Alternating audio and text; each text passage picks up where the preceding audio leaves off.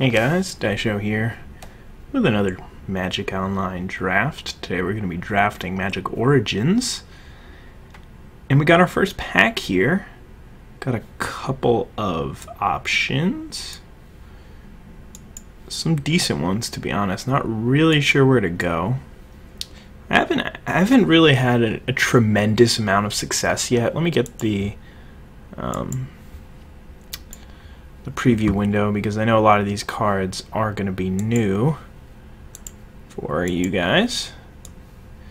Haven't had a ton of success at this format yet, so I'm still kind of learning it. But Unholy Hunger is where I'm thinking of starting. The other real options here is something like Wild Instincts or Fetid Imp, or really a Crowan Sergeant. And I think a Crowan Sergeant would be my second pick here if there wasn't an Unholy Hunger. But I have trouble getting away from this 5-mana destroy target creature being a good card. I'm not sure if it really is in this format, where a lot of it is about attacking early and getting on the board and that kind of thing, and less about killing your opponent's big threats. But I'm still gonna be happy with that kind of card, regardless. If I had taken the other card, it would be quite an easy pick. I would just be going for the Gear Grafter, and to be honest, not really much is going to change that opinion for me. The other reasonable to good cards in this pack, I think, are Llanowar Empath, which is a good 4-drop, but what I have noticed so far, which I think is pretty spot on, is that 4-drops are very replaceable. There are so many of them, you can pick them up wherever you want. They're just everywhere. So you don't need to spend early high picks on them, because you're going to get enough decent cards to fill out your 4-drops for your deck at some point. And then there's Subterranean Scout, which is kind of a mediocre 2-drop, but 2-drops are pretty good. There's a card like Goldforge Sentinel, which is a high pick early on for me, because it's going to make my deck pretty much regardless of what I end up with. And then Sphinx's Tutelage is a card that I'm keeping my eye on, just because I think it could be a pretty strong card in a very defensive deck that's just trying to mill your opponent out, and just you drop this card as your win condition, and it'll kill them in 7 or 8 turns, something like that. So it's definitely an interesting card to look at, but I'm not 100% sure of its power level at this point in the format. And here it looks like we probably just want to keep branching out and like basically cast a wide net at the beginning and then shrink it as we go. But there are just a lot of diversely good cards in this pack. I'm thinking we're getting sort of a green signal with Farika's Disciple, Wild Instincts, even Shaman of the Pack. I'm honestly leaning towards Shaman of the Pack, or towards Wild Instincts. Not 100% sure that's correct. Shaman of the Pack is a really good card. I'm just thinking that there's a good chance that'll end up somewhere in like red-green as opposed to black-green. I think that Majoring Bully and Infectious Bloodlust are cards that on the surface and look really bad, but they might not actually be as bad as they seem. Eyeblight Assassin's kind of a safe pick, but I think that Wild Instincts has enough upside over this kind of card that it's worth branching out a little bit here. And here we have really nothing consistent in our colors so far that makes me want to say, sure, we're going to be happy in these colors. There's a pretty strong card in Separatist Void Mage, but again, it's a 4-drop, so it's question how many 4-drops you really want. A decent card in Shambling Ghoul, but I found this card to be largely unimpressive because blocking 2-drops on turn 2 is pretty important in this format. Celestial Flare is good, but I don't think I'm going to move into white for it. Dragon Fodder is a fine 2-drop, and I already have a Gear Grafter, and those two cards kind of go in the same deck. So maybe Dragon Fodder over something like Separatist Void Mage is the right pick here, though we're still pretty early. I can pick up plenty of Dragon Fodder later. I am just going to, again, continue with that cast a wide net plan. We'll take the Void Mage, and we'll narrow it down later and figure out exactly where we want to be. Alright, and now we get this kind of pack where there really isn't too much of a signal, because none of the cards are actually very good. I think the best card in the pack is like Titanic Growth, Stratus Walk, Titan Strength power level. So all really replaceable average cards. There's an active trees in here, so if I end up in a red-black sacrifice deck, then that would be a good card, but I don't think I'm going to take that over Titan Strength at this point. I'm honestly leaning towards the Titanic Growth, but I'm really not sure if that's the correct pick. I don't have any real creatures that want to be Titanic Growth yet, but if I can kind of meander into a green something deck, then I wouldn't be too upset. It sort of seems like green is one of the more open colors so far. It's really hard to tell. I think that this is a really tough draft as of yet. Alright, so the cards that I'm willing to play in my decks right now is Necromantic Summons, Return Centaur, Ring Warden Owl. I would play a Gather the Pack, though I wouldn't be excited about it. And I don't know, if I was a really aggressive deck, I wouldn't mind picking up a Touch of Moonglove or something like that. But I'll take the Ring Warden Owl. I think it's pretty safely the best card in the pack. The only thing that has that can really contend with it is maybe Necromantic Summons. But this card, I don't think it's consistently going to be good enough to beat Ring Warden Owl. And it's a lot better if you can activate the Spell Mastery in the mid to late game, because getting those two counters really turns it from what is basically, it makes sure that you're going to get your 5 mana worth out of the card, whereas you probably wouldn't if you didn't have that ability. And now this is kind of just a stronger power level pack than we've been seeing. I'm going to keep on the green plan and go with this Rock Maulers. I think it's the best card in the pack, perhaps with the exception of Charging Griffin. But Rock Maulers, Prickle Boar, Charging Griffin, Consecrated by Blood are all cards that I'm definitely willing to play in a lot of decks. So I'm going to go with this Rock Maulers, and we really don't know exactly where we're going to be, but it's looking like some sort of green-blue business. Alright, I'll take a Maritime Guard here.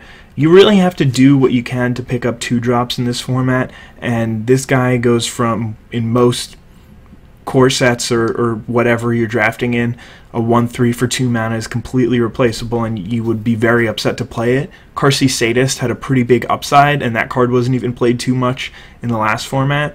But this card, you really need it, because you need to be interacting with your opponents on turn 2. You can't just take turn 2 off in this format.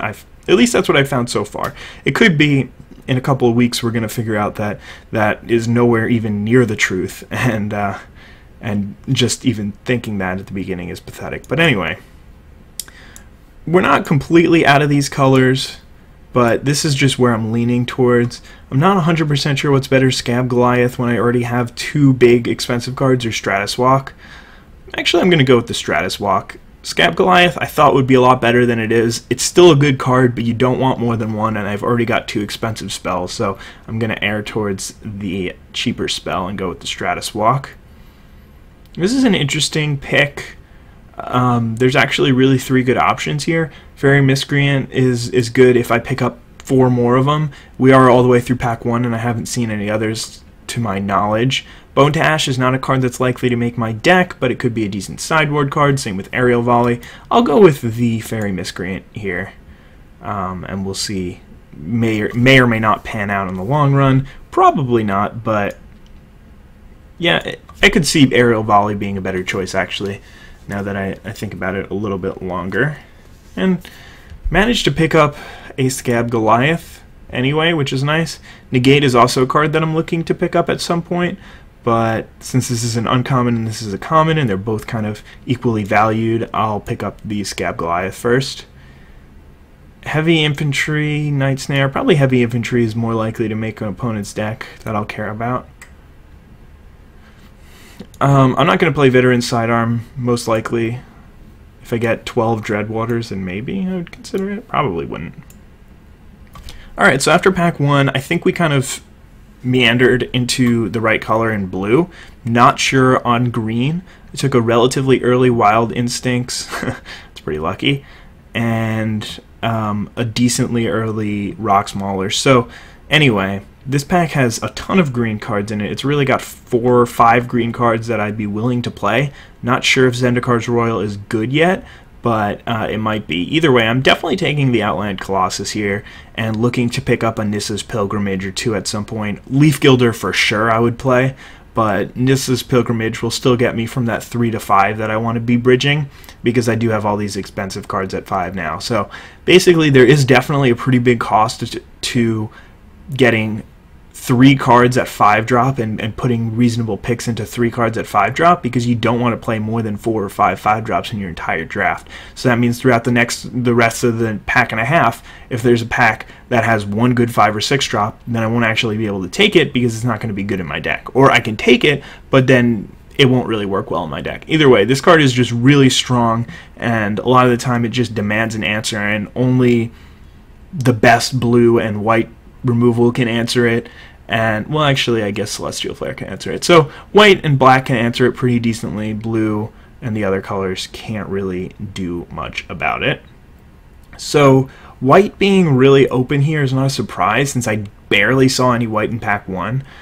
That being said, it's not really a good signal to say, oh, white's so open because there's like 3 playable white cards in this pack. It just means that my neighbor didn't pick a white card probably, and shipped the pack, which was already heavy on white cards. Anyway, I think Ringworn Owl is a better card than Orchard Spirit, probably, but I'd rather take a 3-drop. I'm not going to play another 5 on Ringworn Owl, or if I do, then that'll be my last 5 that I'd be willing to play. So, much more happy to pick up an Orchard Spirit here. I think it's going alright. I definitely want to pick up some more 2s. I would be happy with Timberpack Wolves. I would be happy happiest with Leaf Gilders.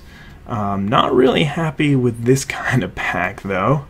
So Swift Reckoning is the best card in the pack. Again, it's a white card, so as I sort of said last pack, that doesn't really surprise me. The cards that I'm looking at are Bonded Construct, Screeching Scab, and Scrapskin Drake. And the reason why I even mentioned Bonded Construct, because when I looked at the format, I didn't even think this would be a playable card, but you really do need early interaction, and I'd much rather be playing a 1-mana 2-1 that can block as a 2-1 than a Screeching Scab. And especially with a deck like this, which is looking like I might pick up a Scrapskin Drake or an Orchard Spirit, I could probably even attack with this a reasonable amount of the time. So I'm not actually sure what to pick up. Since I only have 1 2-drop or prior, I think I'm going to go with the Bonded Construct. But mostly because I don't really respect Scrapskin Drake's abilities too much. I think that this is going to be a later game deck, so I don't really want the 2-3 that can get in damage in the air, that kind of thing. Very happy to pick up Timberpack Wolf. Continue to see white being open. That again, that is just, it's so easy to look at a pack like this and say, man, I should have been in white. But what it's saying is that the person to my right did a good job. They cut white well enough, and they're going to get rewarded in this pack. But then come pack 3, if I were to have jumped in on white, all I'm doing is making the person to my right's deck terrible and my deck terrible. So kind of by playing nice here, I'll get rewarded with green and blue cards in pack 3, and my opponent can pick up a late Stalwart even and that kind of thing. It's pretty obvious to some people, but I'm sure that there are people watching this video who it's kind of an interesting idea to ponder. Relic Seeker, another solid white card, moving along. So now I'm kind of not sure what to pick up between a Negate and a Ringworn Owl. I don't think I'll play a main deck Negate, but I'm not sure if I'll play a 5th or a 4th 5-drop. By taking the Ringworn Owl, that kind of means, okay, I definitely don't need to pick up any more 5-drops, which is somewhat valuable. I mean, if there's another close pick later, if it's a 5-drop or a relatively step-down cheaper card, then I can definitely take the cheaper card. It's not like I'm going to miss having a Negate in my deck, so I'll go with the Ringworn Owl. Not sure about that one. Alright, this is a little bit unfortunate. Let's see, 1, 2, 3, 4, 5, 6, 7, 8. Yeah, 1, 2, 3, 4, 5, 6, 7, 8, 9. Wait, 8, 9. Okay, so I actually might table the Fairy Miscreant. Anyway, there are some actually good options here. There's Hitchclaw Recluse, Foundry of the Councils, and Chief of the Foundry. So this is actually just a really tough pick, and I have no clue what to take here. Even Maritime Guard's not unreasonable. There's also an Evolving Wilds, which is good. I'm leaning towards Chief of the Foundry. No, I'm leaning towards Hitchclaw Recluse. It's really tough. Foundry of the Councils is just a really strong card. I'm actually going to take it here. I think I'll be okay on playables, and I'll be okay on early interaction. And this card is just so powerful. It is a 5. Alright, well, we made that pick. Okay, cool. Towergeist. I love the card. Another signal that blue is underdrafted at the table, which is cool. There's a Guardian Automaton, which wouldn't be unreasonable for me to play, but I do really like this card. It's just card advantage. It's a 2/2 flyer. It draws you a card and gives you some selection on the way in. All right, let's pick up a Guardians of Miletus. I wouldn't be opposed to playing this, especially if my deck. I mean, you can kind of see the composition of my deck. It is flyers, big creatures in the mid to late game, couple removal spells, nice kind of things. There's a combat trick and a couple of 2-drops, but basically I'm going to either want to be holding the ground to wait for my expensive cards or holding the ground to wait for my flyers to do the job. So I don't mind picking up a really defensive card like that guy. Deep Sea Terror, Aspiring Aeronaut. I'll take the Aeronaut, but I'm not really sure if it's going to make the cut. Just hate draft this card here over taking like a Nivix Barrier, which isn't going to make my deck anyway. Take Screeching Scob, definitely a possibility to make my deck. I don't love it. Grab this Artificer's Epiphany. I already have a couple of artifacts. Got the Negate for free. And the Fairy Miscreant tabled, so we got 2 of them. It's very unlikely that 3 of them get opened, and I really am just unwilling to play the card with less than 5. But I would love to try it out if I got 5 of them. But, I mean, again, it's just, are 3 going to be opened in the packs? Because they're obviously going to make it to me if that one came to me 15th. Though, admittedly, it was out of a strong pack, so not completely unreasonable. But definitely good positioning for me to be able to get that Fairy Miscreant back. Even though it might not actually be useful. Alright, so what I'm seeing here is a bunch of nothing, a Sentinel of the Eternal Watch, and a Suppression Bond. So again, kind of a little bit annoying, and it would have been really nice to be in white here, but unfortunate. Anyway, Scrapskin Drake versus Farika's Disciple. In the head-to-head, Farika's Disciple would smash it, but I've already got 3 4s, so I don't really need another 4. That being said, it's much better than Aspiring Aeronaut in this deck, and I'd much rather play it over it. So it's just a discussion of whether I want a replacement 4 or a 3 that I might actually want to play. I think I'd rather have a replacement 4, though, because I actually do have a feeling this guy's going to come back. So, whereas the Disciple is unlikely to. Oh, we got a nice choice here between Wild Instincts and Clash of Wills. Both nice removal spells. I think we're going to go with Clash of Wills because it'll be able to interact earlier in the game. And there's like a relative chance that I don't have a nice big creature to fight. I think also Wild Instincts is a lot better when you're in an aggressive deck. So, for all those reasons, I'm going to take Clash of Wills. Well, that's awesome. As I was saying, hey, another Fairy Miscreant. We only need 2 more. Yeah, Justine Thief's sweet. I don't have too much prowess, but too much prowess enablers, but this card's good without prowess too. And just with the threat of prowess, it's kind of insane. So, yeah, this card's really strong. There's no way that I would take anything over it. I like Elvish Visionary fine. I don't mind an Evolving Wilds or Screeching Scob, but very happy to pick up that.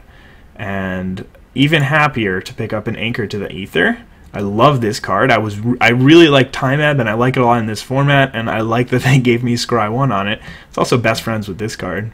I just want like 1 or 2 Separatist Void Mages. That would be really nice to pick up at this point. Did not really get much out of this pack, huh?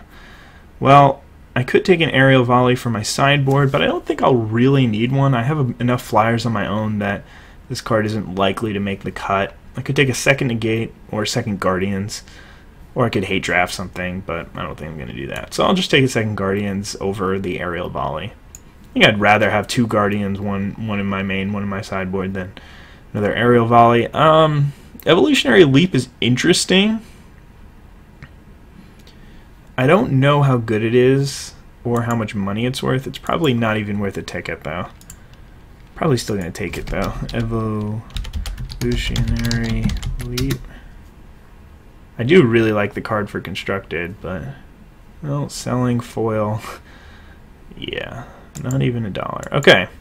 So that being said, there's Faruka's Disciple, Bone to Ash. I'm still going to take the Evolutionary Leap. I may not play it, but I also might, and I would definitely bring it in against a deck that has a lot of like suppression bonds or even just spot removal. I wouldn't mind bringing it in, so that's not bad. See, this is exactly what I was telling you guys. It just pays to try and find the open color, because then you can get 7th pick Claustrophobias. That's insane. And 8th pick Void Separatist Void Mages. Yeah, that's sweet. Makes me wish that I took the stupid Scrapskin Drake, but it'll come back. I'll get a next pick. Not even gonna say anything because everything's going my way. Disperse. I'll probably even play this card. Maybe not. We only ended up with 3 Fairy Miscreants, so that's not likely to matter. And I did not end up with enough 2-drops or early interaction, which is disappointing. I probably still won't play it, but second Disperse or second Scrapskin Drake. Probably want the second Scrapskin Drake. I don't think that there's really a reasonable way that I'm playing 2 Disperses. Deep Sea Terrasher. So I ended up happy that I got the second Ringworn Owl when I did. And overall, like, the only thing that this deck is missing is really early interaction. So I just need to figure out how to build this deck, because I have 28 cards here. I don't think that both Guardians of Meletis are going to make it. I don't think that the first Artificer's Epiphany is going to make it. Maybe green was not the color that I should have been in. If I had been in blue-white or something like that, I would have gotten a lot of really strong cards. I don't know if I should have been in blue-white, but definitely pack 2, there was just a lot of white flowing, and if I had picked up on it, then I would have ended up with a good deck. Just because I would have gotten blue from the left and white from the right, and then ended up with a solid deck. But basically, when you end up with your deck and you see that you have like 4 playables or 6 playables in this case in one color and a lot in the other color, then you know that there's a good chance that either you did something wrong or you just ended up in the wrong spot randomly, which does happen. All right, let's get rid of this thing and see how we're going to build our deck here. Okay, so as I was saying, took out both the Guardians of Meletis. I'm only going to take out one of these Scrapskin Drakes. I would rather play a first Guardians over a second Scrapskin. Aspiring Aeronaut can hit the bench here. Stratus Walk is definitely cuttable. There isn't really much that needs to be Stratus Walked. So yeah, I'm happy to... Well, okay, so now I'm down to 22. I think I want to play one of these things. Some of my deck is a little bit aggressive, some of it isn't. I'm happy playing one of them though. Orchard Spirit versus Scrapskin Drake is actually kind of interesting, because Orchard Spirit doesn't do much blocking anyway, and I'm more blue than green, so I think it would actually be kind of a tough argument to bring that in instead. Just because I'm going to be able to cast it less, because I'm only going to be playing like 7 forests in this deck. Maybe even less. I don't know. If I hadn't opened this Outland Colossus, I probably wouldn't have ended up in green, which is a little bit awkward. But I probably made some mistakes. I don't know. Definitely let me know in the comments what you would have done differently to end up with a different deck. I didn't pick up enough Fairy Miscreants. That was a mistake on my part. But it's just so hard. There are so few drafts that are actually going to end up in a situation where Fairy Miscreant would have been a good card. I could play like an Alchemist Vial or something like that. I really don't mind this card at all. Anyway, let's see what we're suggested here. 11 and 5. No. Let's try 9 and 7. Then I can get one Foundry. The console's in there. Consoles. Not consoles. Consoles. I don't think it has a pronunciational difference there. I don't want to go down to 6 forests, so yeah, that's going to be it. It's a little bit awkward, but Outland Colossus is worth screwing my mana a little bit. Could lose a game here or there because I don't have a blue source on time, but There's like one Claustrophobia and two Ringworn Owls that are double blue, so it's unlikely to matter. Either way, seems like a solid draft. I think that this deck is decent. It's not great. It's definitely got some holes and some subpar cards. I would much rather be playing like 3 Timberpack Wolves instead of first Screeching Scob or Maritime Guard. But you know, you do what you can to get a deck. I'm pretty happy with the Bonded Construct, to be honest. I don't know. Anyway, let me know what you think, and I'll see you guys in the first round. Oh, hey there, guys. I am back for the first round. Hopefully it should go pretty well. I think that my deck is definitely capable of destroying any opponent who dare face me. Sand's fine. I'm on the play, so it's a little bit better.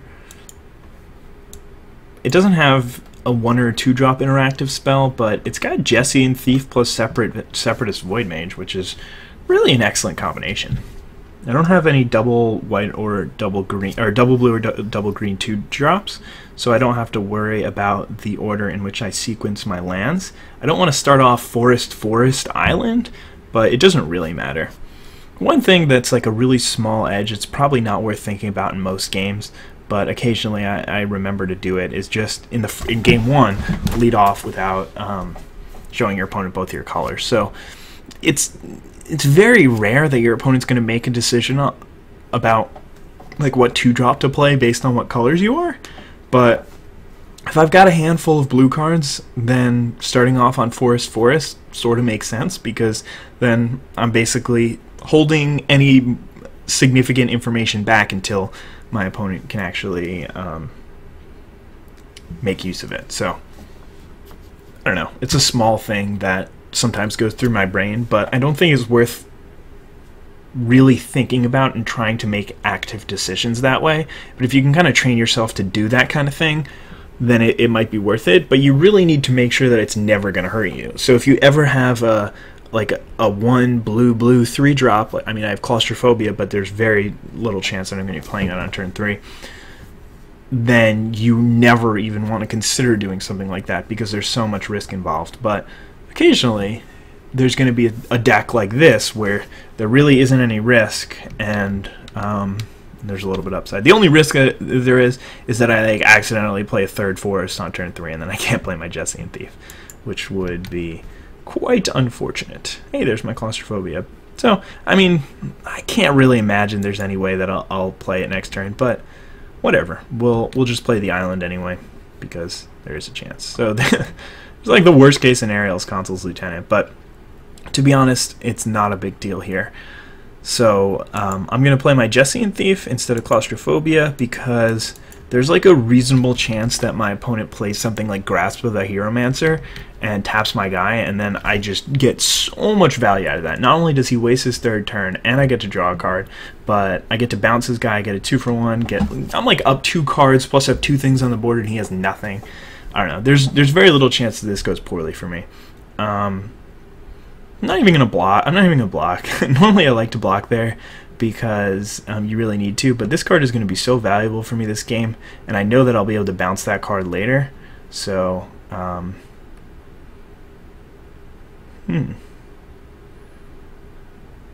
so I have 2 options here. I could just play the Void Mage, bouncing the Freeblade and getting in, drawing a card, take another 3 next turn.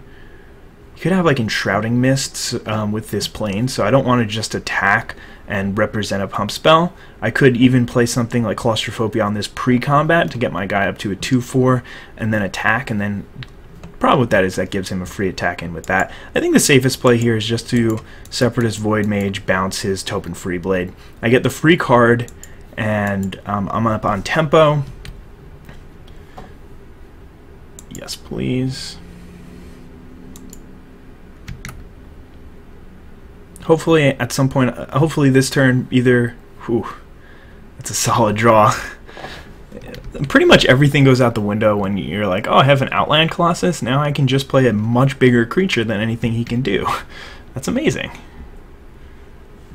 Alright, and he's gonna go ahead and play a 3-drop here. And I drew a 1-drop. So now I kind of want to play Claustrophobia, or I want to play Separatist Void Mage. Bouncing another creature. Because I can still play the Bonded Construct this turn. But that's not really a good, because I can fit this guy into my curve whenever.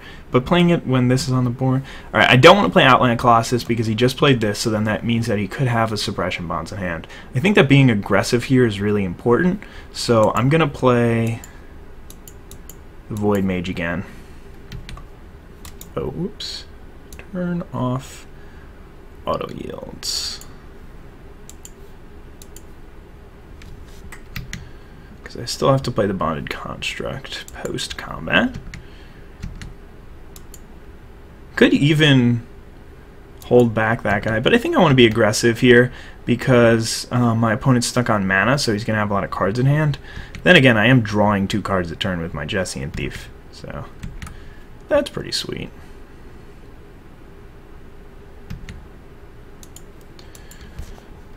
Alright. So we got our Bonded Construct in hand. I know that I know 2 of my opponent's cards. I wouldn't be surprised to see like a Suppression Bonds here. Wouldn't be. Alright, and now he's finally holding back. And if he plays like, yeah, he plays the Topin Freeblade here. So I could play Claustrophobia on this guy and start beating down. That actually sounds really good to me. There's a reasonable chance that I do draw into something that I can play. Oh my god, did I just target the wrong creature?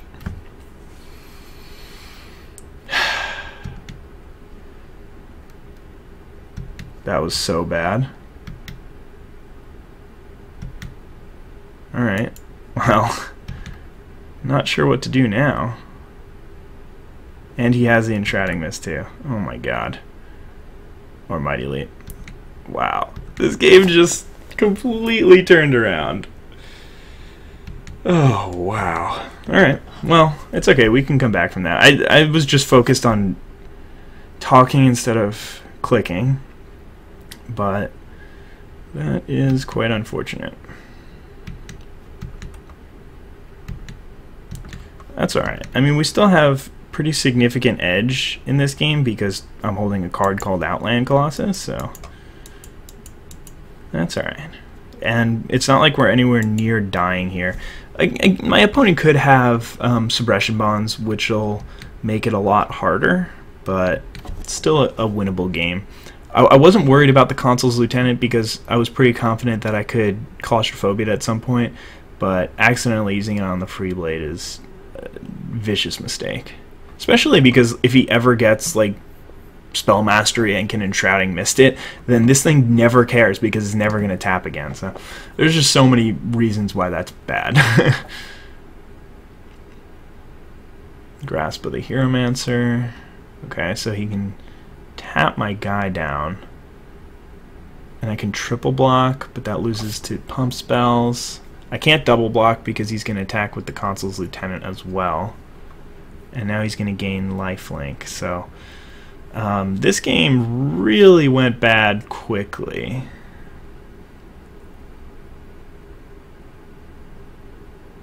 And I have to make a decision about whether or not I want to triple block. Would he make this attack if... He probably would make this attack. It's not like things are going to get better for me next turn. I can't race it because he's got a 6/5 lifelinker. I think I just have to run the triple block.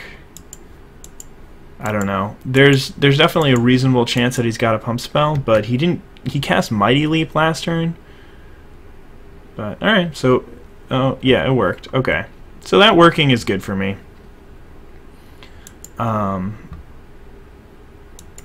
6. Should I trade 6 for 3? Yeah, with 2 flyers that I can deploy this turn, trading 6 for 3 is pretty good. Unless he has Celestial Flare. Oh god, why didn't he cast that last turn? Yeah, that doesn't make any sense. If I had just had to sacrifice a attacking or blocking creature last turn, then he would have gotten to keep his guy. That's so surprising that he didn't do that. I guess he wanted to save it for my Outland Colossus, but him having that creature is so much better than me having an Outland Colossus. I don't know. Anyway, claustrophobia play ended up really killing me. Sentinel. I was probably losing this game anyway. Yeah, there's nothing I can really do here. It's basically, well, no, it's definitely worth playing out Rock Maulers here.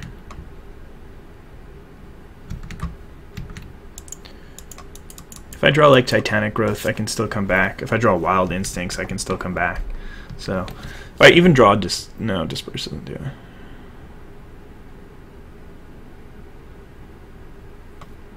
Anyway, my opponent's playing an enchantment deck. Well, I get to see another pump spell out of him. That's good. And there's the Enshrouding Mist. So I've seen 3 combat tricks out of him, and a lot of good cards. Looks like this was the guy kind of to my right somewhere who's picking up all of the white cards. So I wouldn't expect to see even like a Relic Seeker somewhere. Way to the Underworld. I'm not really sure why you show me Way to the Underworld there, but no point in playing out the rest of this game. My opponent's clearly got it.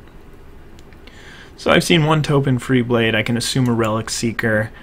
There's a good chance that I bring in an extra 2-drop to kind of shore up that part of my game, but I definitely think that I want good old Guardians in here.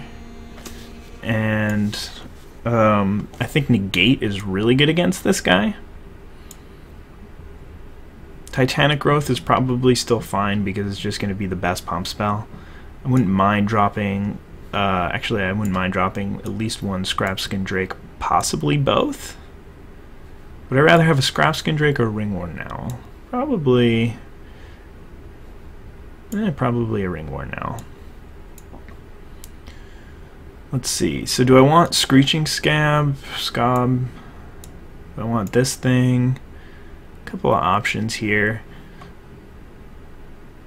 Being on the play, I think it's less important for me to play this card. Maybe on the draw. Oh my god, what has happened? Being on the draw maybe would be good. Artificer's Epiphany. Artificer's Epiphany gets better when I'm playing Guardians and Bonded Construct, Foundry of the Consuls. All right, let's submit with this. I think that this is a kind of a good list for beating my opponent. My opponent's deck is really good, so it's going to be hard to win, but all right, so this hand, we're kind of in a position where we have 3 lands and we have a double blue spell, but we do have more islands than forests. Not too many forests left in the deck. Definitely some bad draws. I think I'm still going to keep because I do have cards that I want in the matchup if I draw islands. And I have a turn 1 play, so I'm not going to get run over unless he has Foundry of the Consul, or a Consul's Lieutenant rather. So hopefully I'll draw an island here. Be excellent. Thank you. And now I really just need 1 more island before like turn 5. Well, there it was, but that's okay. He does have the Consul's Lieutenant. Oh no, it's just a Token Free Blade. I could definitely dig Token Free Blade. So, yeah, here I'll just attack with my Screeching Scab. I'm completely fine trading Bonded Construct for a combat trick, or even if he plays Grasp of the Hieromancer, then I can just Claustrophobia at next turn.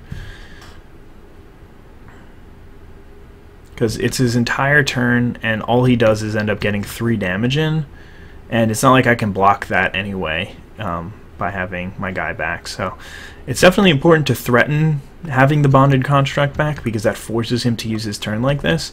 But now if I draw Void Mage, then I have just a great option. Wild Instincts is not quite going to get there, but that's definitely a really good draw. But yeah, now I have a nice little 2-for-1 here.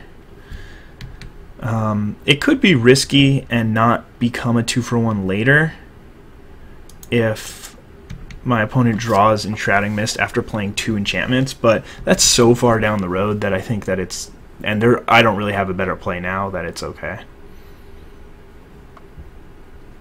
Alright, so he's got 2 mana up, which could mean Mighty Leap.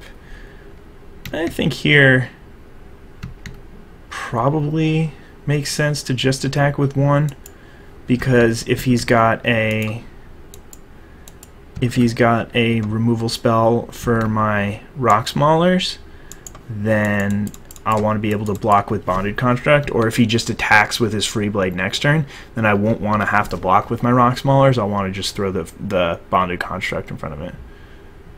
This is another grasp. Alright, it's interesting. So this could work out pretty poorly for me, unless I draw a land. It still could work out poorly, but probably not as poorly. Alright, that's okay. Hopefully I'll draw a land so that I can have Titanic Growth up. Ooh, even better.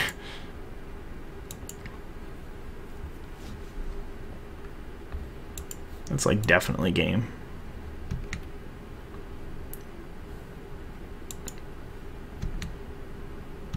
Yeah, I think actually probably...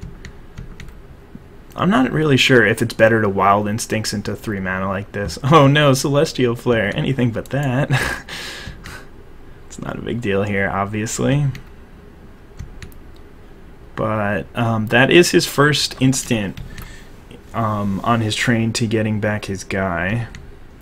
It doesn't really matter because he's at 6 and I have a Titanic Growth and 3 2-power creatures, so it would be incredibly difficult for my opponent to win the game here. Guiltleaf Winnower. Kill my 2/1. Cool. Alright, so could have Enshrouding Mist. Guiltleaf Winnower is a good card to know about. Second, Grasp of the Heromancer is a good card to know about.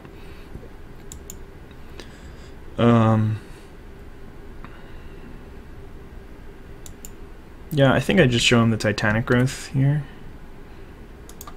So he's got to obviously block here, and then I can Titanic Growth either creature, and the only card that he could have is Enshrouding Mist, and that doesn't even matter. I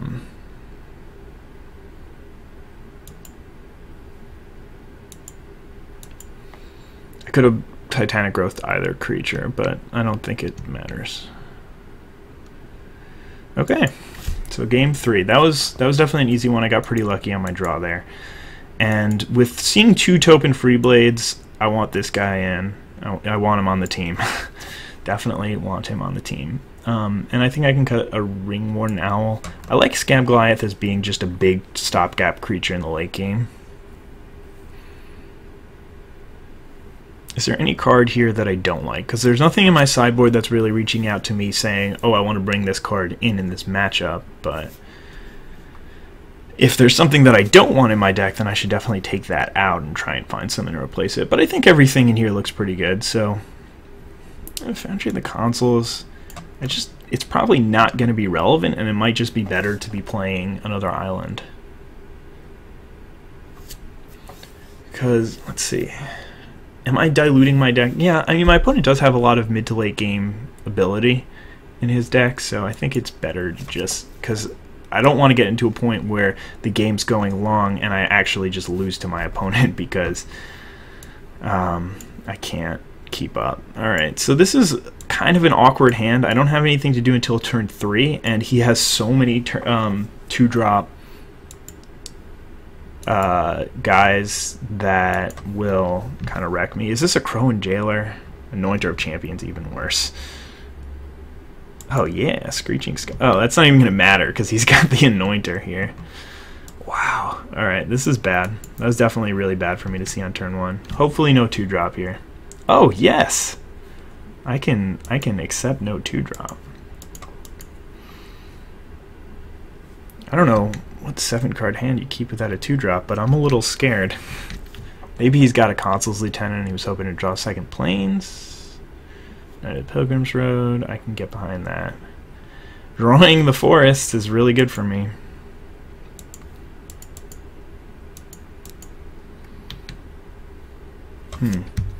So this turn could be really awkward because I can't actually block. Oh, I should have probably attacked with the Screeching Scab. Alright. So here I can either play Farika's Disciple or Wild Instincts to kill the Blood Curse Knight. I think I'm just going to play out the Disciple here. It's definitely removal worthy if my opponent has a removal spell. So, yeah, we'll see what he's got here.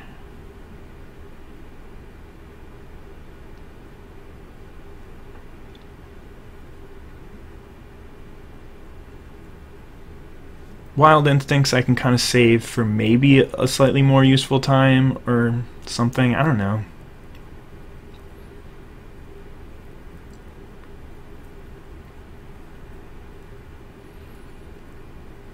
So he's got a Grasp here. And he's gonna be able to tap down my Disciple. Alright, this isn't so bad for me. I can't... Well,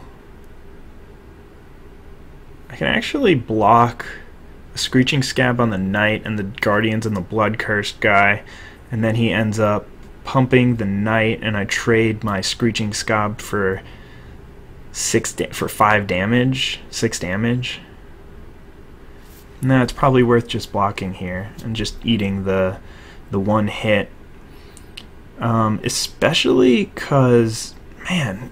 Oh, he could have a Celestial Flare.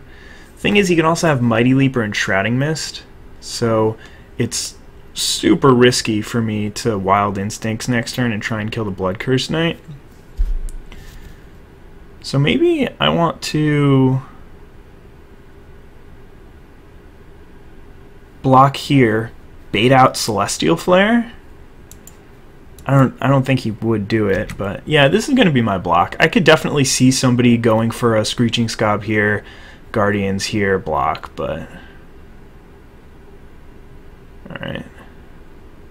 So yeah, it's just too risky for me to run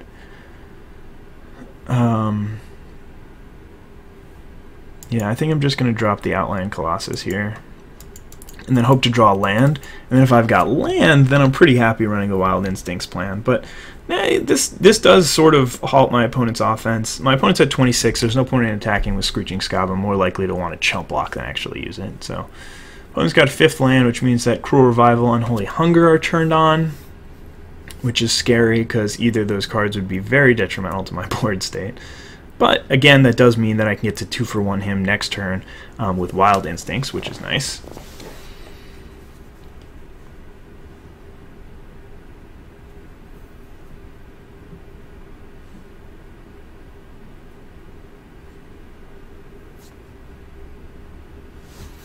So he's just going to tap Farika's Disciple, of course. And I can trade my Outland Colossus for this, or a Pump Spell.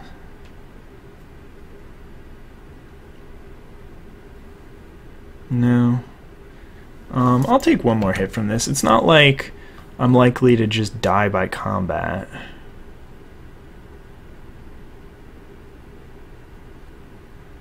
Alright, so he's tapping pretty low here. Weight of the Underworld. Alright.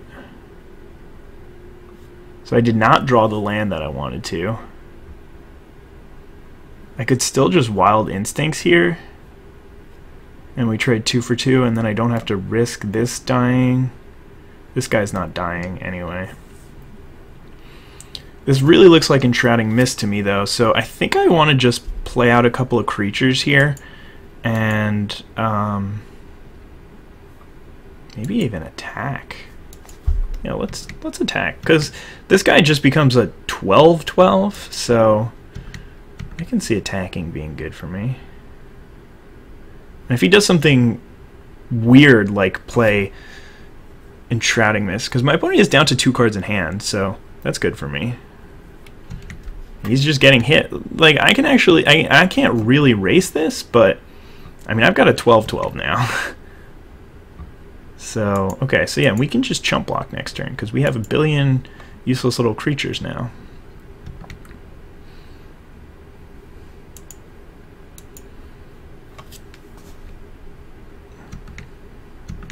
And I still have negate up, which is nice.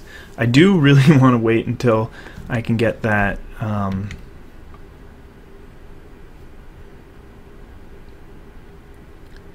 the Wild Instincts plus negate situation going. Mighty Leap. That would actually just be lethal here, huh? I'm gonna negate that. So I guess it is a little bit risky for me to have gone for that earlier.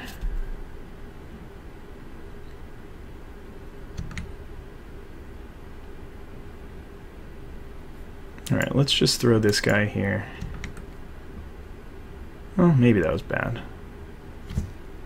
Why is he not using the Anointer here? That's a little weird.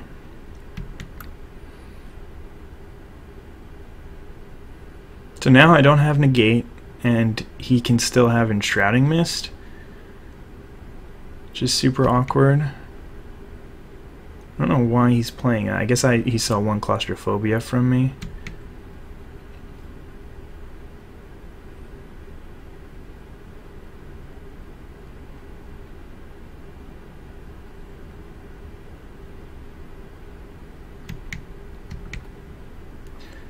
There's an owl.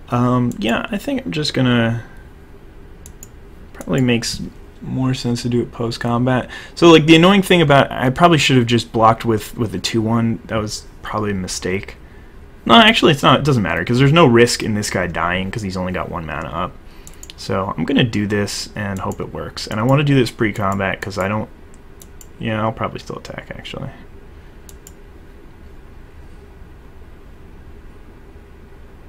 I also meant to read Enshrouding Mist. I'm going to actually just read it now because I'm not sure if it prevents combat damage. No, that's all damage. Okay. I actually had it right up on the Gatherer screen right behind where I was, but anyway. Alright, so now that puts me in a really good spot. So this guy's got 5 damage and he does not have anywhere near 9 toughness, so that should be okay. And, I mean, he's at 35, but getting hit for 14 is kind of rough. And Outland Colossus, oh yeah, also, he can't be double blocked or anything, so. Alright, so we're not in a terrible spot. I'm still at 8 life, so I can't get just punked out of the game by like another Mighty Leap or something like that, but wow, that was so close to just being the game. Guildleaf Winnower. Alright, you can kill one of my 2/2s. Oh, no, my 06. Oh, that's way worse. Alright.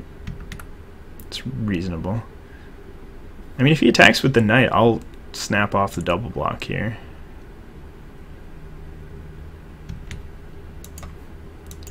And attacking with the Ascetic means... No, I can't really afford to do that. So I need to be able to double block this thing. It's a little unfortunate, though. Oh, and he gets to push through an extra damage that way. Maybe I should have blocked. Oh, and I definitely should have thrown one of the... I need to think more. Oh, God. Okay. So that means that he can't chump block, so next turn he can take 12, and then he goes down to 9. I'm at 6 right now, so he's threatening lethal.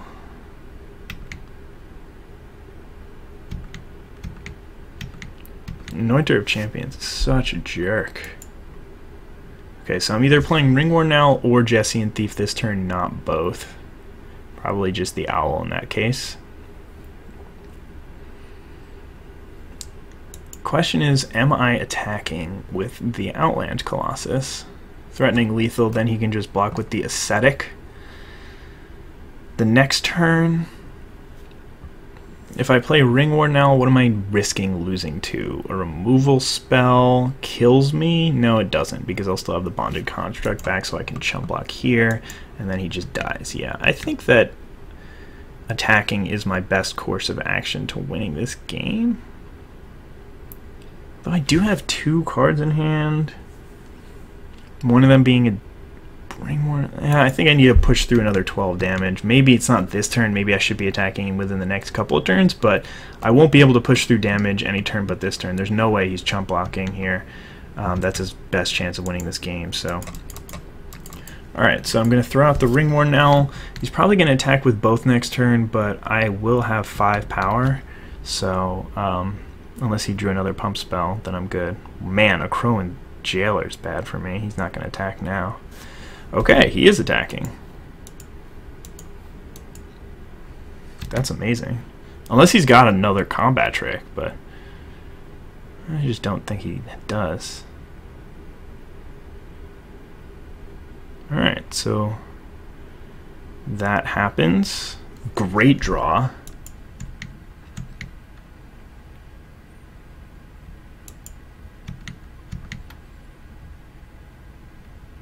Just going to chump block with this thing this turn. And now he's got the Jailer to hold back one of my guys, but not both. And I could just disperse his guy at end step. Probably not the plan. Disperse was an amazing draw, though. Sentinel. Alright.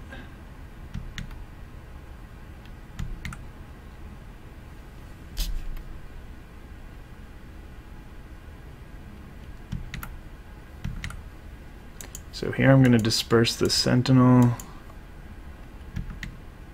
I want to do it at end step because I only have 5 mana, so there's a good chance that I draw something that I want to play. Alright, this is super awkward, but my opponent probably should be running the double chump here. No, he can't afford to lose this thing at this point. I need to find another piece of removal though. Or like a Void Mage or something. He ran the double jump. Alright. It's probably not a bad play. Because, I mean, all he has to do is just drop that Sentinel, and I need to top deck something at this point. That'll kill me in really short order. But if I draw a Void Mage here, it's actually just game. Or Claustrophobia. Foundry of the Consuls is an amazing draw. So let's go to combat. Make sure that he taps the right thing.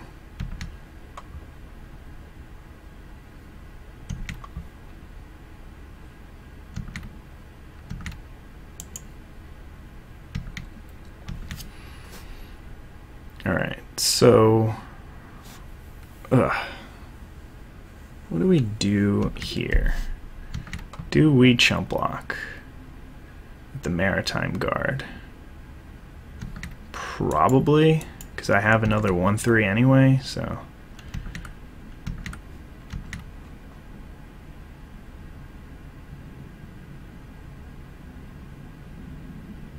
Topin Freeblade and another Topin Freeblade. Okay, so those were some good draw steps to punish what I just did. Man, if I draw Scab Goliath next turn, so awkward. Rock Maulers is good. Let's look, he could click on the wrong thing.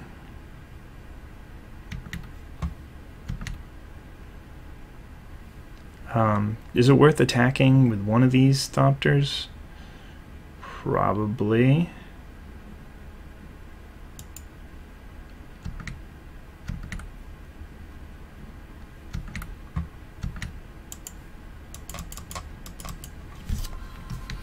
So, like, he can't afford to attack with the Sentinel because then my Outland Colossus gets unlocked. I know he's got another Enshrouding Mist and a Celestial Flare, at least one in his deck. And he obviously can't attack with the Topin Freeblades if he's not attacking with the Sentinel. So he's not really in a great position here to attack.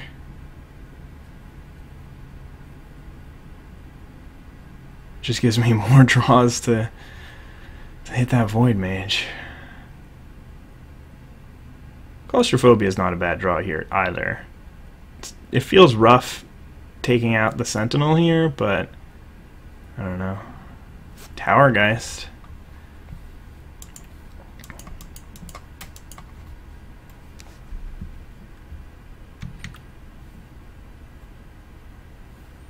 Well, that sucks.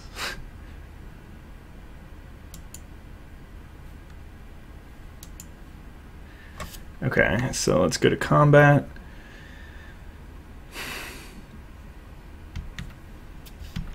I think I still do want to attack with 1. If I attack with 2, no, that doesn't actually help me. I think I just want to attack with 1.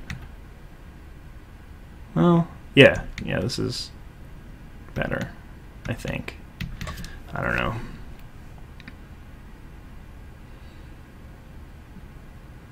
I could draw Anchor to the Ether. That wouldn't be bad either. This is a close game, man. I could definitely see losing and it being reasonable. Uh-oh. I think this is how I lose. So he attacks, he gets to tap my Rock Maulers, I have to chump block. He can attack with the other Token Free Blade, or I can just eat it.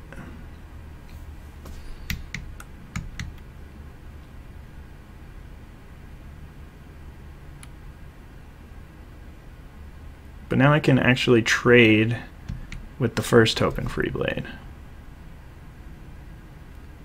So this is really kind of like a one-time thing.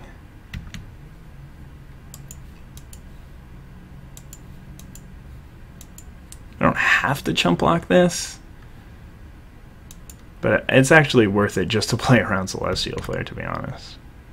If he had Celestial Flare, he'd probably attack with this too. So it's not like a horrible play for this guy. He definitely, I mean, it's obviously good for him to have drawn Grasp here, but it's not like an amazing, earth-shattering, game-ending play. Yes! Oh, we got the Goliath in here. That is sweet. Big Daddy.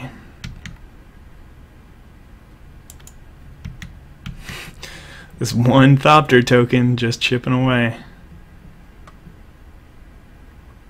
So I guess Tower Geist getting me that 6th land. Pretty important. I have drawn quite well towards the end of this game.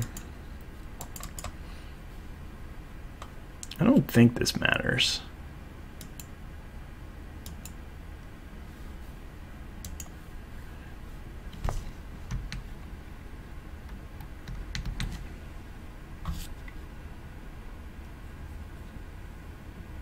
Consul's Lieutenant. I'm pretty sure that the last card in his hand is just a complete blank.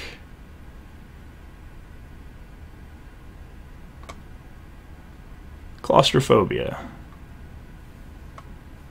Alright, let's do that.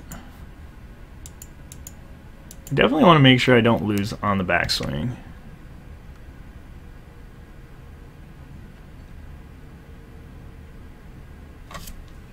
We don't need to watch this anymore. I'll unpause the video if my opponent doesn't lose. But yeah, I'll see you guys in the next round. Hey guys, here for round 2. Lost some time on my clock because of weird, stupid things, but regardless, we have a mulligan here. And a bad keep. I think this is a keep. Because it's got a curve and it does stuff if I draw an island. So if I draw an island within my first 2 draws, which is like what?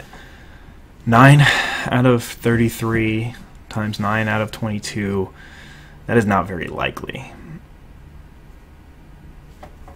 And I'm likely to just draw blue cards and no forests. So, ugh.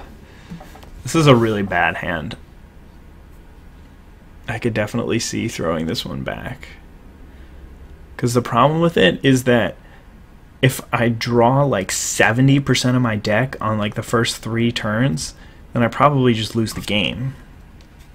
It has upside though, that's the thing, because if going down to 5, it's not like I would throw this one back for a random 6, but I don't know if I would throw it back for a random 5, because a random 5 has a very low likelihood of winning the game. My deck does need a lot of cards to function, including lands, because I want to be getting to turn 5 and stuff.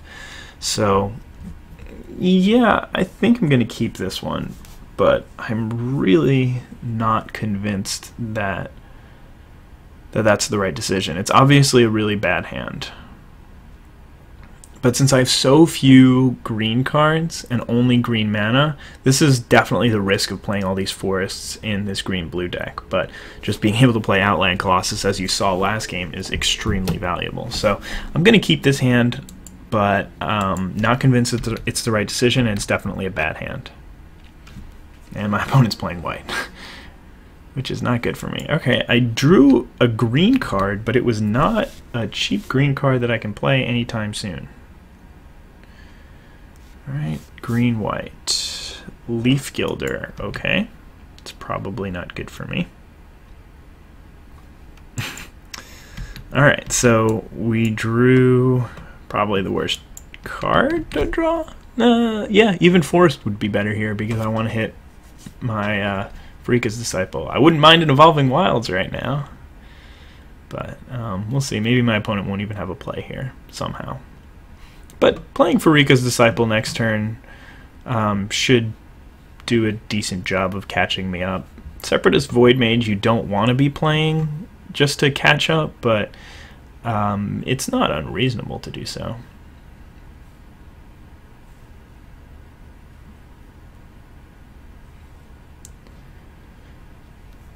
Especially if my cards are stronger in the mid to late game, then I can use it to kind of, as I said, worst draw in the deck.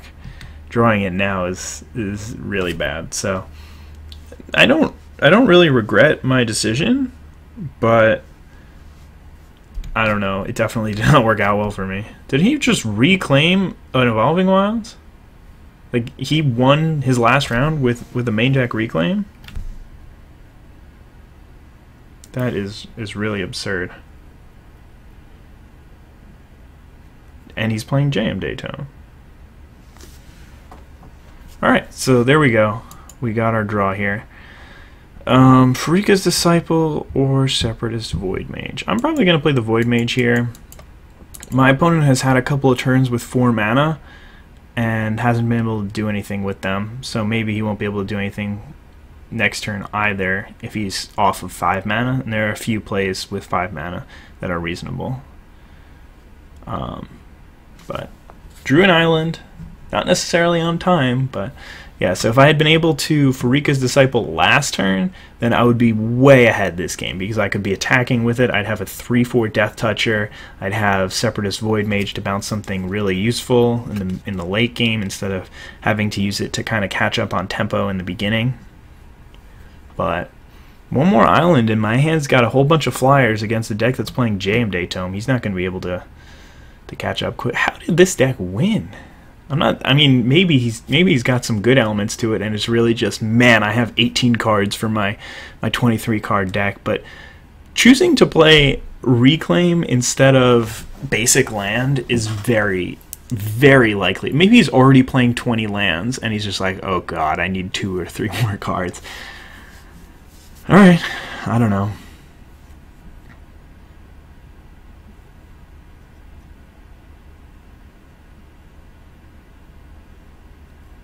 I don't like waiting.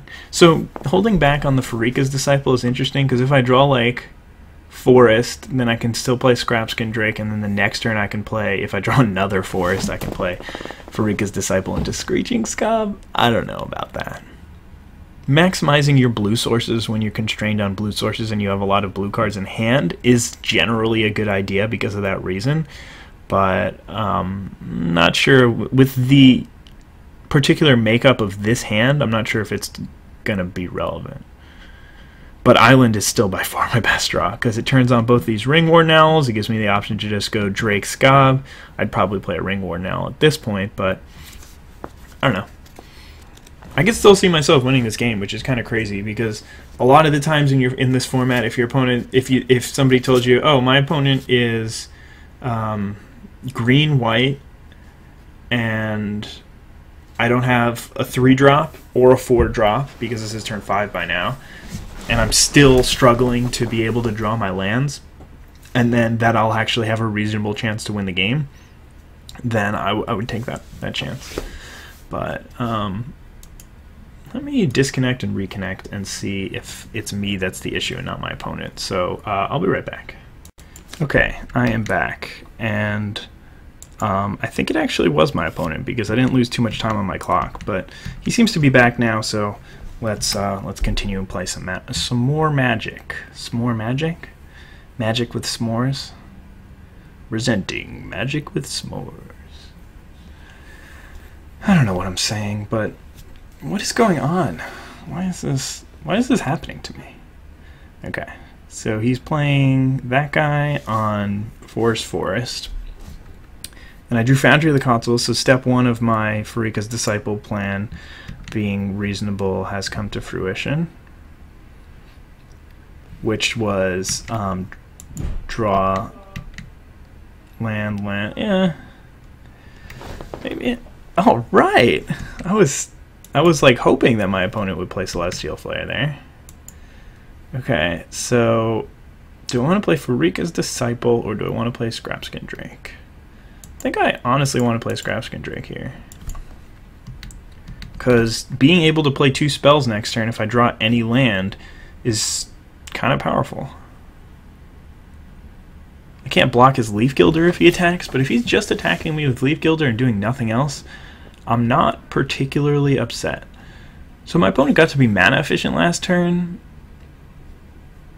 I don't know. I mean, I guess trading Separatist Void Mage for a Celestial Flare isn't horrible in the context of this game. Or really most games, to be honest. So, I definitely like the... Well, actually, I'm not sure if I like the play on my opponent's part of just trading the Celestial Flare. I don't know. Well, we'll see what he's got here. Looks like a 6-drop. Sky Snare Spider. Okay. Well, I do still have my Disciple. Should do a nice job of looking back at his spider and saying, yo, what's up? And we've got ourselves a nice little impasse here. Hopefully he attacks. I don't know. Could see it. Oh, there's a Guy's Revenge.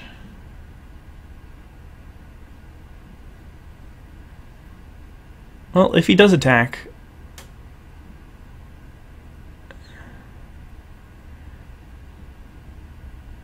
He's not attacking.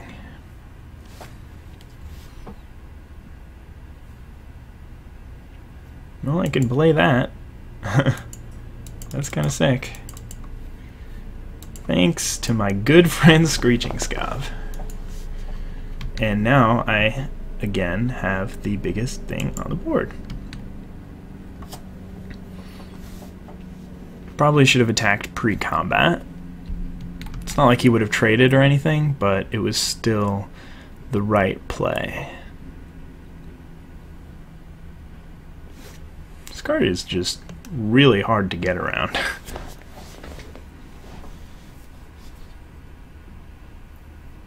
More like really hard to get over. Get around it, it's not that bad. Just need a lot of creatures. Having the Scrapskin Drake out there on this board is actually really nice against a Stalwart Haven. Means that I can just block it. He doesn't get to get Renowned. It's not like a 2/4 is that much better than a 1/3 on this board, but if that Sky Snare Spider goes away, either via Claustrophobia or a Wild Instincts, then Ringworn Owl is going to be really happy that I can just get through Stalwart Haven without needing any help. Okay, so he got the Swift Reckoning to kill my Disciple. That's pretty good for him. He did have Spell Mastery, so not 100% sure why he did that. And he's attacking with both. Nope. Yes. Alright, so, I mean, that gives me an easy option to play around Celestial Flare. I could throw the Screeching Scab here to play around Mighty Leap. Yeah, let's do that. Then the only thing that beats me is Enshrouding Mist here, and then all that does is trade for the Screeching Scab. And if he's got Celestial Flare, then I can just sack this instead of this. So, all things are turning up for me. Okay, well, that worked out far better than I could have predicted. I don't know why my opponent has done many of the things that they have done this game. But I'm at 18. There's no reason for me not to attack, and attacking with both is far better than attacking with one, because I have the ability to beat Celestial Flare. And playing Ringworn Owl seems really good, because not only does it attack through Stalwart Aven, but it also blocks Stalwart Aven. My opponent is drawing extra cards off Daitome, which is scary. So I want to get this game over as soon as possible. I've seen 2 Celestial Flares and a Swift Reckoning as removal already. So, I don't know, aside from the Reclaim, it's not like Daitome is... Yeah, it's a really bad card. It's not like it's working out poorly for him this game. And I can see if you're playing a deck with a whole bunch of Nissa's Pilgrimages and Leaf Gilders, then you can actually do something like play Daitome, get some value out of your expensive draws. Okay, so he's got a Suppression Bonds. It's a little unfortunate. And a Patron of the Valiant. So we're back to probably not winning this game.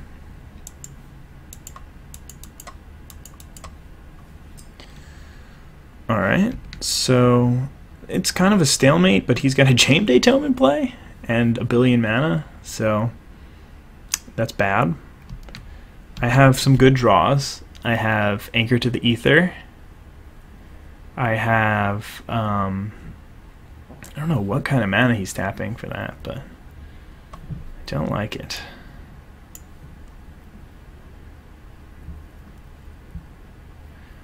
I can draw Disperse, I can draw Towergeist.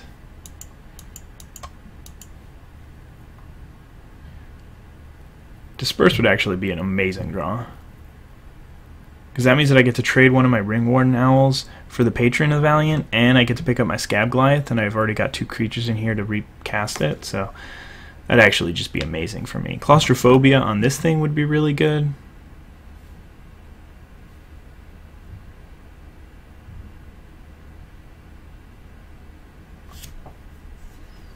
Alright, Towergeist, let's see what you have in that little nightlight of yours. A Titanic Growth. Perfect. Didn't even think of that one.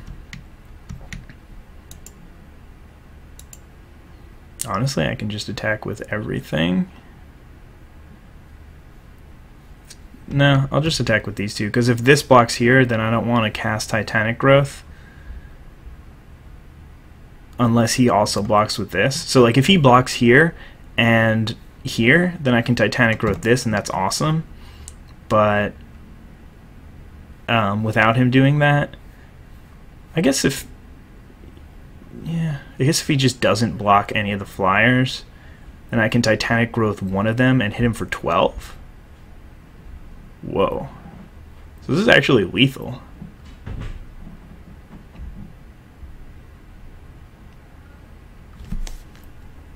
If the card in his hand is not relevant, which I doubt it is, then this is lethal. He's not going to chump block with this. He's only taking 6. I don't know. I don't think he's going to play around Titanic Growth. Maybe I should have... No, I'm not playing around a 3rd Celestial Flare. I've already saw my previous opponent had at least 1, so I don't think that it's reasonable to suggest that there were more than 4 Celestial Flares open and made it to white players in this draft. Even though that card usually does make it to the white drafter. Just because it's not a really high pick. Okay, let's go for it. I'd be much happier if if I was attacking with the Bonded Construct, so I could play around Celestial Flare, but we got there. Okay, so this matchup is weird. I do not know how to play it. I think that I might want this. I think I want this, because my opponent... Yeah, I definitely want this. Let's see. Bottom of your library in a random order. Okay. I don't want to take this card out, just because I know that, well, the other guy got all the Token Free Blades. There's a chance that he doesn't have any guys, I think. That's reasonable until I see something. I don't mind playing Scrap Skin Drakes because they block Stalwart Aven. Alright, so let's take that out and bring this guy in.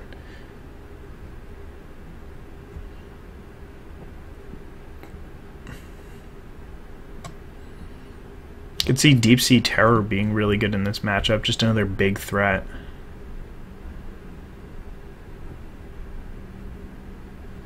Maybe better than a flyer.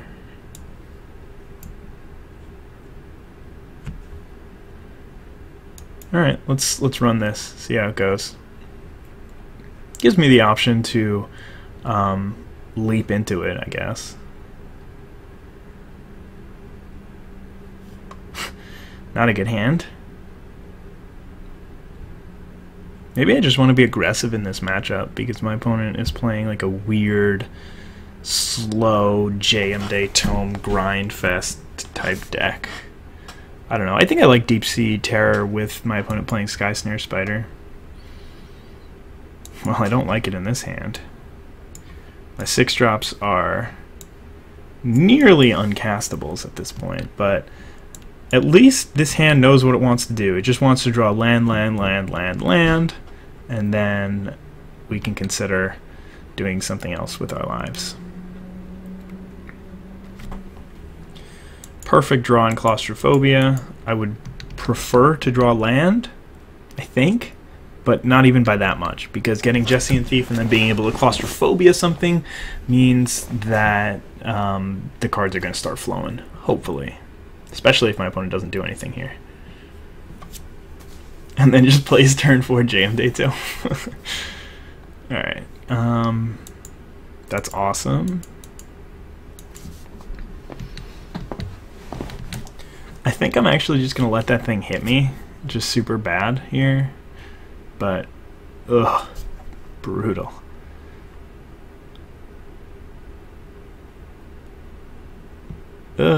Now that he's done that, so like, let's see, I don't really have a good way of dealing with this when it becomes a 4-3, and right now I can just Claustrophobia. It sucks because I just want to Claustrophobia his guy and get in. Yeah, that's what I'm gonna do. It's so tempting to just trade 3s here because I don't know if I'll ever get that opportunity for the rest of this game. But, I mean, I've got Void Mages in my deck. I've got Anchor to the Ethers. You know, stuff like that. Okay. So this thing's not renowned, so it's going to be really hard for him to untap it at any point. So I'm just going to go ahead and do that.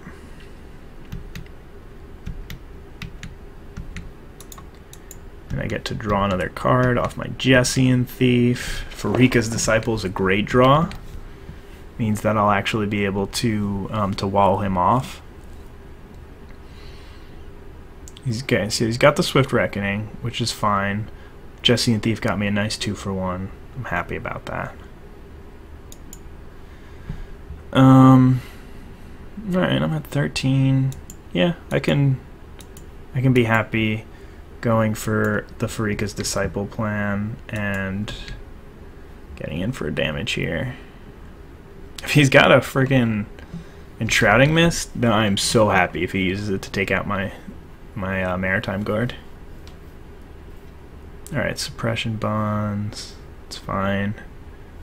Separatist Void Mage is certainly a thought. Puts more power on the board. I kind of want to use it to do that, but that's not going to happen anytime soon. Yeah, let's do this.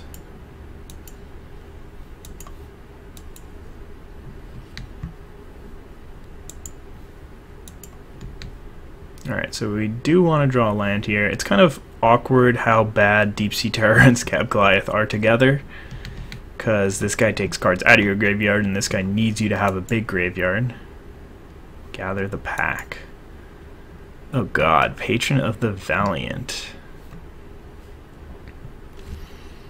Don't have a good way of dealing with that, or let me rephrase that, a way of dealing with that at this point in the game. He loses another Suppression Bonds, but I get to see that he's got a Suppression Bonds in his deck. And he doesn't even have a play. So it looks like his other card in hand is, or it looks like he's got a Celestial Flare in hand here. Hope he casts it. Then, no, like this is just so good for me. Because now I get my Maritime Guard to trade, and I also have a 6 card in my graveyard for my Scab Goliath. I can start putting the pressure on, even if he's got a land here for the patron, I can just anchor it and then scry, get a land to the top, and then, hopefully, and then play Scab Goliath the next turn. So, which, even if he's got patron, then that's going to be way too slow. Plus he dumped another one of his removal spells in the graveyard. This is really, really turning out well.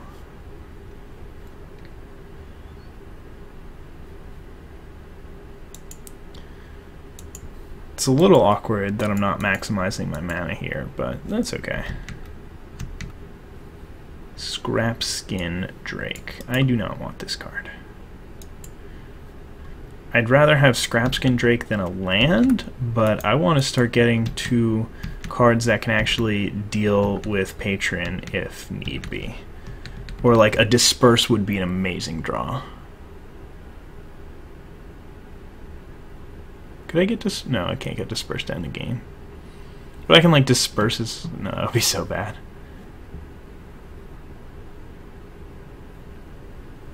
I could attack with both, and if he blocks my Separatist Void Mage, I could disperse the Void Mage and then play the Void Mage to bounce the Patron of the Valiant.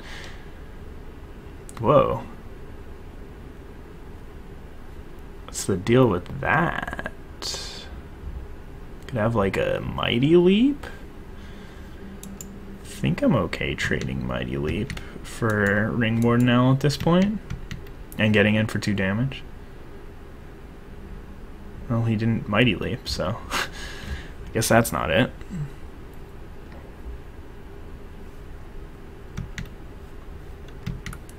Alright, I have no idea why he did what he did. Just saying. Yeah, let's do this. Could play around Tragic Arrogance or something like that, but I don't think that I really have a tremendous amount of time to be playing around cards. And if he had Tragic Arrogance, he might have already used it, considering that I have this card that's Farika's Discipled. At least I only have 1 enchantment. Man, that would be insane if he got to blow up Claustrophobia. Well, I guess he doesn't mind losing this creature anyway. Okay, Tragic Arrogance or nothing. Okay, nothing. Sweet, won the match. Not really sure what was going on in that matchup, but can't complain. So I'll see you guys in the next round. Hey guys, back here. I think this might be a mulligan, not sure, but yeah, alright, let's throw it back. This one's not too bad. It's not really good, and again, if my opponent's running an aggressive strategy, it is not going to look very pretty. When my first play is a 3-drop that can't block grounded creatures, but I like seeing Mountain here to start the game. Could mean that my opponent's stuck on 1 color. Chief of the Foundry, I'm not too upset to see that. Wish I had the Clash of Wolves in hand the turn prior. That'd be awesome to just trade 2 for 3 like that. But well, that's kind of annoying actually. Alright, let's play this Farika's Disciple here. Get him for 2 in the air. Pretty simple game so far. He's not going to attack with this. He might attack with this. I'll probably block so that my Rock Maulers can get in a couple of turns. So that'll be relatively solid for me. Could also have the option of not blocking and then attacking next turn. But I think I'd rather have Rock Maulers online against a deck that's stuck on 1 color right now. Looks like my opponent kept like either got really awkward draws or, I don't know, maybe he's mono red? I don't think so. Mono red artifacts. It's probably red-blue. Chief of the Foundry occasionally will mean that they are rocking some sort of funky artifact Thoptery deck. I definitely saw Reclusive Artificer going around pretty late, which is the red-blue gold card that does is a 2/3 haste, and it'll do X damage, where X is the number of artifacts you control. All right, so now we have a decision to make. Are we still going to be playing out our creatures? Ooh, this is going to be juicy. So he's got 4 mana up. Okay. Let's counter this.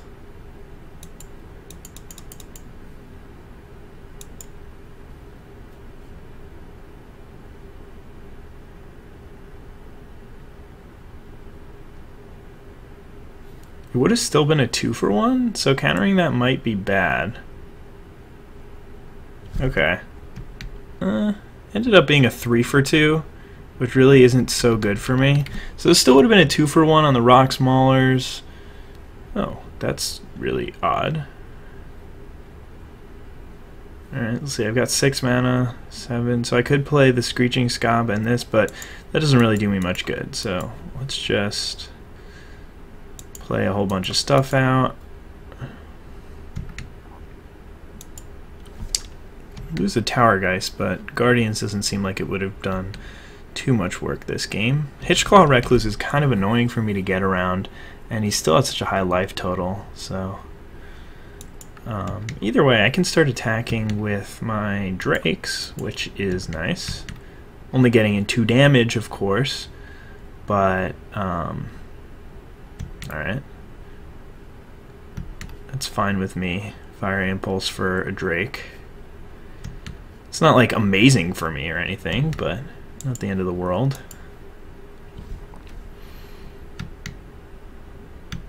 Bonded Construct is obviously a really bad draw. Behind land, it's going to be the worst thing here for me. Okay, so Hitchclaw Recluse number 2. Not really sure how I get around these guys other than just by drawing bigger creatures. Do I really want to Claustrophobia one of them? So if I play Claustrophobia here, then I get to attack with the team. He eats one of my guys. I hit for 4/6 damage down to 11. Otherwise, I'm just sitting here doing nothing, and we're trading draws, but I have a Claustrophobia.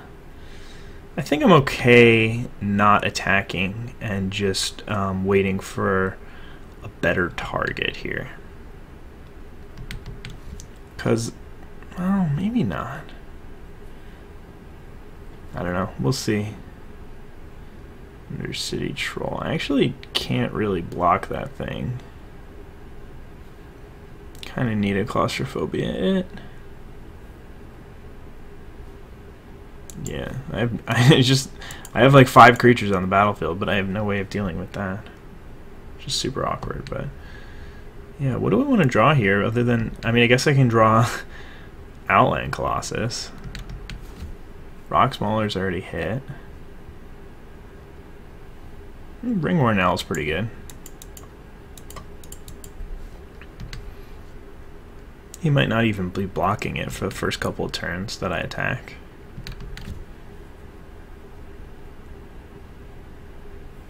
Well, I think I just charge in with the team here.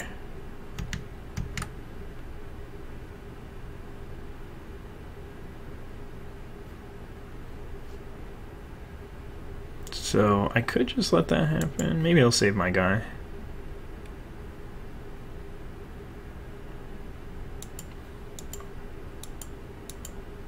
It's also low risk for...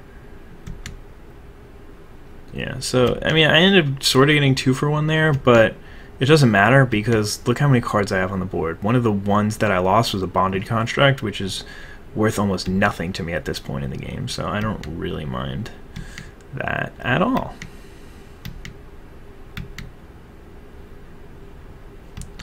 Okay, so now I can just charge in with the team without much risk. You might be scared again to block the Ringworn now. If I were him, I'd probably just shove right in front of the owl. But apparently he's not of the same mind. either way, he's got to draw something next turn regardless. I should have played a land out, by the way. Alright, so playing against red-green artifact sub-theme kind of thing. Probably don't need the Screeching Scob. I saw multiple things. Multiple combat, or like one combat trick in Titan Strength and Fiery Impulse. Fiery Conclusion. Alright, seems good enough. I can probably drop the Bonded Construct, and I think maybe like Alchemist's Vial wouldn't be too bad here. Let's see, this thing? Okay, it can be blocked by creatures with reach.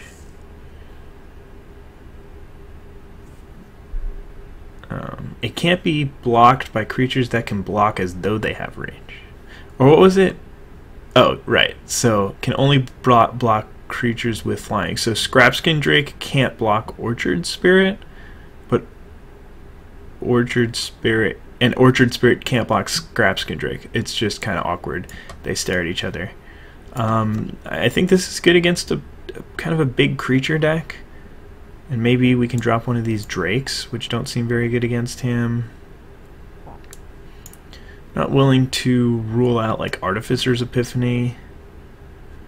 The thing is that I think I would want to cut like Guardian. No, I don't think I want to cut Guardians. Alright, let's run this and see how it goes. I like having big creatures in this matchup. It seems like it's just going to be big creature decks punching each other in the face kind of thing. Alright, on the draw I'll keep this hand. It's not very good, but I have a Clash of Wills and a Negate, and I can do something relatively early with Scrapskin Drake. So, it's not too bad. Having Clash of Wills here seems really good to me. I'll just fire it off on whenever he plays here, if he taps out, obviously. Yeah, good enough.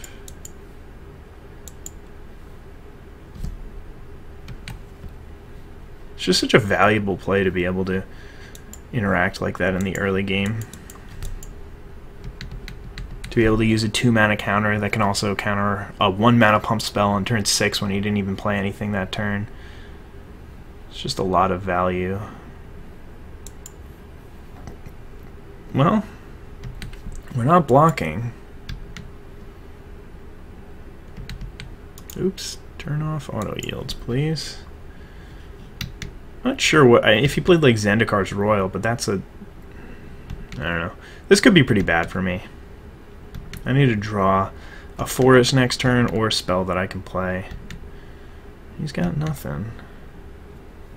It's not horrible.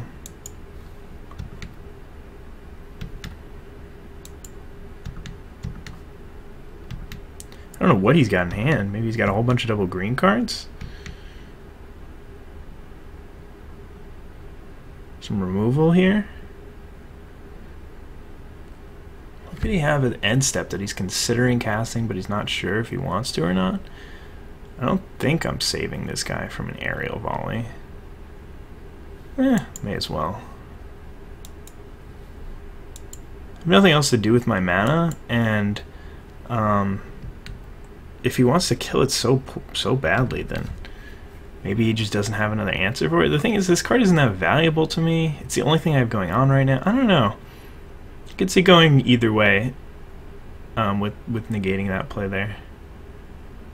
Alright, there's a Vastwood Gorger. You know what Vastwood Gorger doesn't do? It doesn't beat an Outland Colossus here. Maybe I just play the Deep Sea Terror. Deep Sea Terror is a little bit better here because it means that my next land drop allows me to play 2 things. The only problem is Deep Sea Terror doesn't really hold off Farika's Disciple well. Yeah, if I draw land next turn, then this is very good, because now he's not going to attack with the Vastwood Gorger, but he's going to attack with the Farika's Disciple. And I'm going to be able to just trade off here, and now I can play Outland Colossus next turn and hopefully have access to either Disperse or Titanic Growth, or both, whichever ends up working. So I'll have access to Disperse. which is really good for me, especially if he draws a combat trick.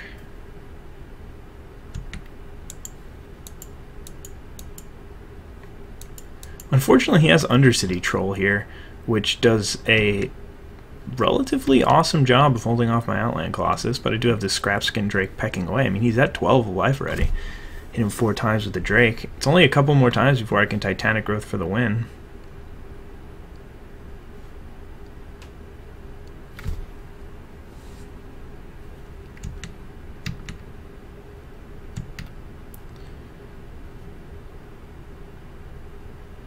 Alright, he's got nothing here. It's a little awkward, but I also do have the Foundry of the consoles, so this clock is really going to be accelerated here.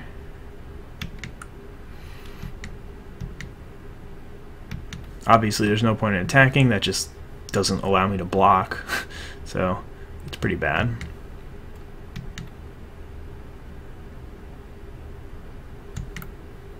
Obviously blocking. Even if he's got Fiery Impulse, I can either Titanic Growth or Disperse my guy. Bounce him to my hand.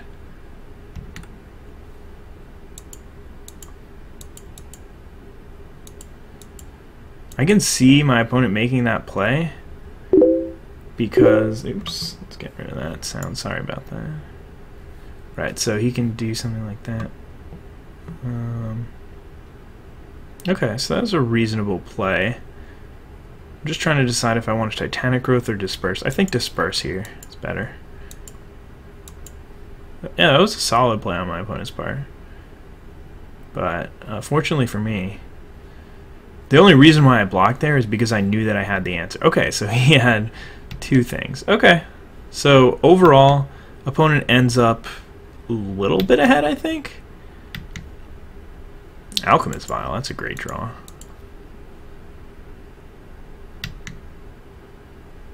And Ringworn now, which means that I can kill him next turn. And he's down to 0 cards in hand. He played that really well, though. I do like what he did there. I thought that something like that might happen, but in the end, him trading these 3 cards for my 3 cards is pretty good for me. So, anyway, I win this game, so thumbs up, high five. Everybody's happy. And that's the match, right? I think so. Whee! My opponent is so unlikely to win this game if I don't have Titanic Growth, but I do. Alright, we did it! Got there, ended up winning. Crazy match. I don't know. The second round was really strange because my opponent... I don't know, whatever. Thank you guys so much for watching. I hope you did enjoy these videos, and let me know what you think of the deck, whether or not I should have been able to win an 8-4 with that deck, or where I went wrong in deck building. Should I have moved into white at some point? And I don't know. Whatever else you want to say to me that you've always felt like you wanted to say to me. Thanks for watching. Have a wonderful day. Bye.